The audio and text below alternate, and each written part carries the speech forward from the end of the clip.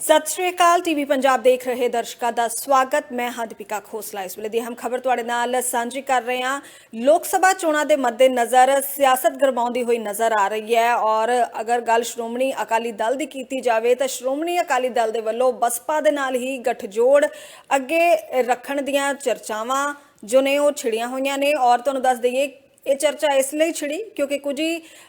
समय पहला मायावती का एक बयान सामने आया सी जिस विच उन्होंने ये ऐलान किया सी कि चाहे विधान सभा दीयां चोणां होण या फिर लोक सभा दीयां चोणां होण, ये चोणां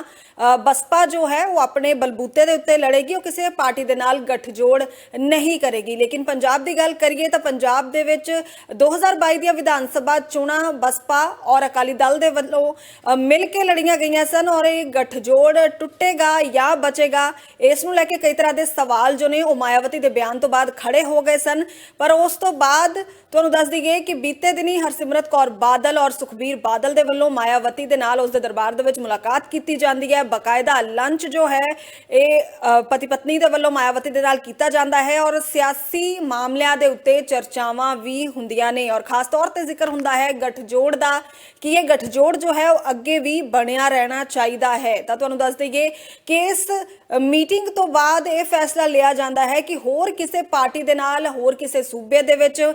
बसपा जो है बहुजन समाज पार्टी जो है वो गठजोड़ नहीं करेगी, पर पंजाब दे विच श्रोमणी अकाली दल दे नाल बसपा दा गठजोड़ जो है वो कायम रहेगा। तो तुहानूं दस दईए कि हुण जलंधर दे विच भी संतोख सिंह चौधरी की मौत तो बाद जिमनी चोण होनी है। लोक सभा की सीट के उत्ते ही ये जिमनी चोण होनी है और चर्चा ये छिड़ी हुई सी कि सुखबीर बादल मायावती नूं इत्थों बतौर उम्मीदवार चोण मैदान दे विच उतारना चाहुंदे ने। फिलहाल इस मीटिंग तो बाद अजिही कोई खबर तो निकल के सामने नहीं आई कि मायावती ने इस उत्ते हामी भर दित्ती होवे, लेकिन ये खबर जरूर निकल के सामने आ रही है कि जलंधर तो बसपा दा ही कोई उम्मीदवार जो है उसनूं अकाली दल चोण मैदान दे विच उतार सकदा है। और एक पासे जो गठजोड़ दे उत्ते खतरा मंडरा रहा सी, एक तां उस खतरे नूं दूर किया गया है इस मुलाकात दे नाल। सुखबीर बादल ते हरसिमरत कौर बादल ने जो मुलाकात की है, जो लंच किया गया है मायावती दे नाल और इस दे नाल ही जिमनी चोण दे विच बसपा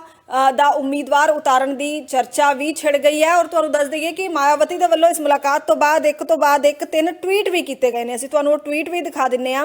कि की ट्वीट किए गए हैं। सब तो पहला ट्वीट किया गया है कि श्रोमणी अकाली दल के प्रमुख श्री सुखबीर सिंह बादल व बहुजन समाज पार्टी के शीर्ष नेतृत्व की आज दिल्ली में हुई बैठक में पंजाब में अगले लोकसभा आम चुनाव में पुराने आपसी गठबंधन की मजबूती व बेहतर तालमेल आदि के संबंध में सौहार्दपूर्ण वातावरण में आगे की रणनीति पर लाभकारी बातचीत हुई है। उस तो बाद दूसरा ट्वीट किया गया, शियद व बसपा गठबंधन भरोसेमंद जिसकी और जनता की नजर लोकसभा में इसके अच्छे रिजल्ट से देश की राजनीति में बेहतर तब्दीली संभव। पहले कांग्रेस व अब आप पार्टी सरकार के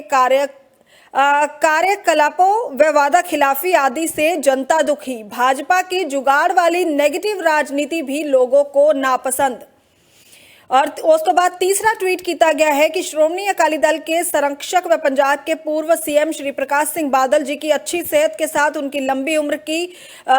कुदरत से कामना। शियद बसपा गठबंधन को बनाने तथा उसे मजबूती प्रदान करने में उनका योगदान सराहनीय। गठबंधन को उनका आशीर्वाद पहले की तरह ही पूरी मजबूती से बरकरार। ता एक पासे मोहर लगा दी गई है कि गठजोड़ जो है ये बरकरार रहेगा और नाल दे नाल ये भी साफ कर दिता गया है कि होर किसी पार्टी दे नाल गठजोड़ नहीं किया जाएगा बसपा दे वल्लों। लेकिन श्रोमणी अकाली दल दे नाल जो गठजोड़ है वो गठजोड़ ज्यों दा त्यों बरकरार रहेगा और बसपा और अकाली दल मिल के लोकसभा तो विधान सभा दीयां चोणां जो ने वो लड़ते रहणगे। तां हुण जिस तरह कि मैं पहला जिक्र किया कि जलंधर की जिमनी चोण उत्ते फिलहाल तो हरेक की नज़र टिकी हुई है कि जलंधर की जो जिमनी चोण है इस उत्ते बसपा का उम्मीदवार उतारिया जाता है, क्योंकि चर्चा फिलहाल तो सियासी गलियारे दे विचों यही निकल के सामने आ रही है कि श्रोमणी अकाली दल इस समय बसपा दे उम्मीदवार ते दा खेडण की तैयारी दे विच है कि बसपा जो है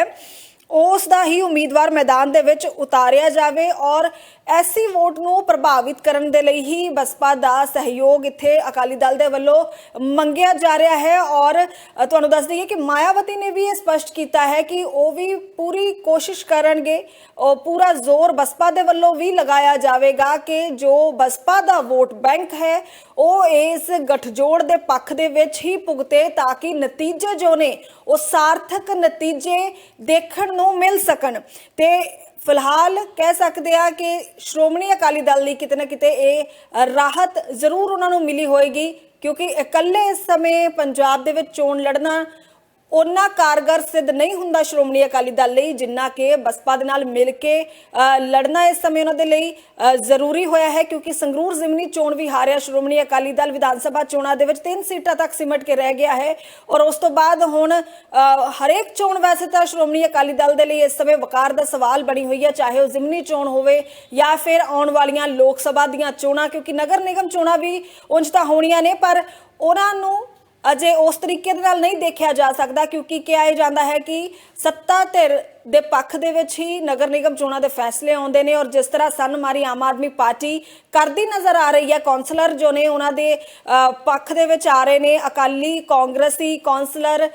ਜਾਂ ਭਾਜਪਾ ਦੇ ਕੌਂਸਲਰ ਕਹਿ ਸਕਦੇ ਆ ਕਿ ਉਹ ਟੁੱਟ ਕੇ ਆਮ ਆਦਮੀ ਪਾਰਟੀ ਨੂੰ ਜੁਆਇਨ ਕਰ ਰਹੇ ਨੇ ਤਾਂ ਉਸ ਤੋਂ ਬਾਅਦ ਕਿਤੇ ਨਾ ਕਿਤੇ ਜਿਹੜੇ ਇਹ ਸਾਰਾ ਨਗਰ ਨਿਗਮ ਚੋਣਾਂ ਦੇ ਨਤੀਜੇ ਕਿਸ ਤਰ੍ਹਾਂ ਦੇ ਆਉਣਗੇ ਉਸ ਦਾ ਅੰਦਾਜ਼ਾ ਇਸੇ ਤੋਂ ਹੀ ਲਗਾਇਆ ਜਾ ਸਕਦਾ ਹੈ ਕਿ ਟੁੱਟ ਭੱਜ ਜੋ ਹੈ ਉਹ ਹੇਠਲੇ ਪੱਧਰ ਤੇ ਸ਼ੁਰੂ ਹੋ ਚੁੱਕੀ ਹੈ ਪਰ ਉਸ ਤੋਂ ਬਾਅਦ ਅਗਲੇ ਹੀ ਸਾਲ ਲੋਕ ਸਭਾ ਦੀਆਂ ਚੋਣਾਂ ਵੀ ਹੋਣੀਆਂ ਨੇ ਔਰ ਲੋਕ ਸਭਾ ਚੋਣਾਂ ਦੇ ਉੱਤੇ ਇਹਨਾਂ ਦਿੱਗਜਾਂ ਦੀ ਨਜ਼ਰ ਟਿਕੀ ਹੋਈ ਹੈ ਵਾਹ ਪੇਸ਼ ਹਰ ਕੋਈ ਲਗਾ ਰਿਹਾ ਹੈ ਅੱਡੀ ਚੋਟੀ ਦਾ ਜ਼ੋਰ ਹਰ ਕਿਸੇ ਦਾ ਇੱਥੇ ਲੱਗਾ ਹੋਇਆ ਹੈ ਲੋਕ ਸਭਾ ਦੀਆਂ 13 ਸੀਟਾਂ ਦੇ ਉੱਤੇ ਕਿਹੜੀ ਪਾਰਟੀ ਬਾਜ਼ੀ ਮਾਰਦੀ ਹੈ ਕਿਉਂਕਿ ਸੱਤਾ ਦੇ ਵਿੱਚ ਆਮ ਆਦਮੀ ਪਾਰਟੀ ਦੀ ਸਰਕਾਰ ਹੈ ਉਹ ਆਪਣਾ ਰਿਪੋਰਟ ਕਾਰਡ ਸੁਧਾਰਨ ਦੇ ਵਿੱਚ ਲੱਗੀ ਹੋਈ ਹੈ ਉੱਥੇ ਹੀ ਕਾਂਗਰਸ ਹੋਵੇ ਜਾਂ ਫਿਰ ਅਕਾਲੀ ਦਲ ਹੋਵੇ ਜਾਂ ਫਿਰ ਭਾਜਪਾ ਆਪਣੇ ਪੱਧਰ ਉੱਤੇ ਰਣਨੀਤੀਆਂ ਉਲੀਕਦੀ ਨਜ਼ਰ ਆ ਰਹੀ ਹੈ ਹੁਣ ਇਹ ਸਿਆਸੀ ਦਾ ਜੋ ਇਹਨਾਂ ਸਿਆਸਤਦਾਨਾਂ ਦੇ ਵੱਲੋਂ ਖੇਡੇ ਜਾ ਰਹੇ ਨੇ ਇਹ ਸਿਆਸੀ ਦਾ ਸਿੱਧੇ ਪੈਂਦੇ ਨੇ ਜਾਂ ਫਿਰ ਗੇਮ ਪਲਟਦੀ ਹੈ ਇਹ ਦੇਖਣਾ ਬੇहद ਦਿਲਚਸਪ ਹੋਏਗਾ ਜੋ ਵੀ ਅਪਡੇਟਸ ਹੋਣਗੇ ਅਸੀਂ ਤੁਹਾਡੇ ਨਾਲ ਸਾਂਝੇ ਕਰਦੇ ਰਹਾਂਗੇ ਤੁਸੀਂ ਦੇਸ਼ ਵਿਦੇਸ਼ ਦੀ ਤਾਜ਼ਾ ਜਾਣਕਾਰੀ ਲਈ ਦੇਖਦੇ ਰਹੋ ਟੀਵੀ ਪੰਜਾਬ।